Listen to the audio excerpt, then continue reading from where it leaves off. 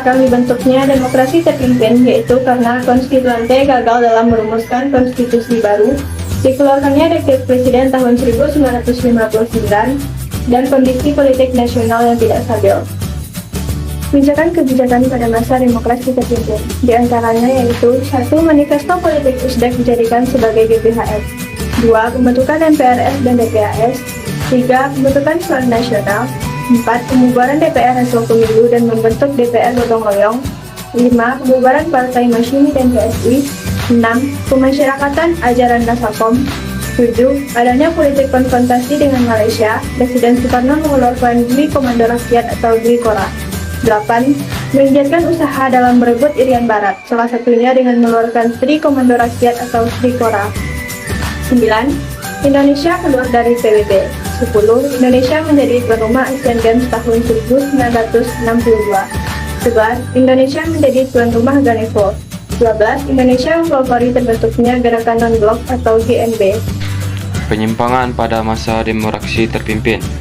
Penyimpangan yang terjadi pada masa demokrasi terpimpin dan tidak sesuai dengan Undang-Undang Dasar 1945 adalah berlakunya NASKOM, prosedur pembentukan MPRS yang salah, prosedur pembentukan DPAS dan DPR-GR yang tidak benar karena ditunjuk Presiden, penetapan Manifesto Politik Republik Indonesia sebagai GBHHN, dan pengangkatan Presiden seumur hidup.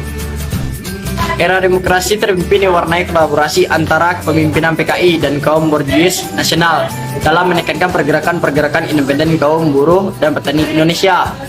Kolaborasi ini tetap gagal memecah masalah-masalah politis dan ekonomi yang mendesak Indonesia kala itu. Pendapatan ekspor Indonesia menurun, cadangan devisa menurun, inflasi terus menaik, dan korupsi kaum birokrat dan militer menjadi wabah sehingga situasi politik Indonesia menjadi sangat labil dan memicu banyaknya demonstrasi di seluruh Indonesia, terutama di kalangan buruh, petani, dan mahasiswa.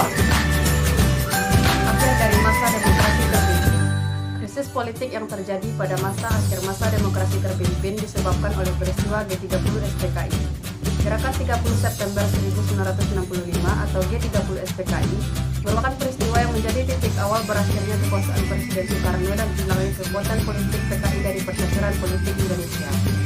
Peristiwa tersebut telah menimbulkan kemarahan rakyat, keadaan politik dan keamanan negara menjadi kacau, keadaan perekonomian memburuk, di mana inflasi mencapai 600%, sedangkan upaya pemerintah melakukan devaluasi rupiah dan kenaikan menyebabkan timbulnya resah masyarakat.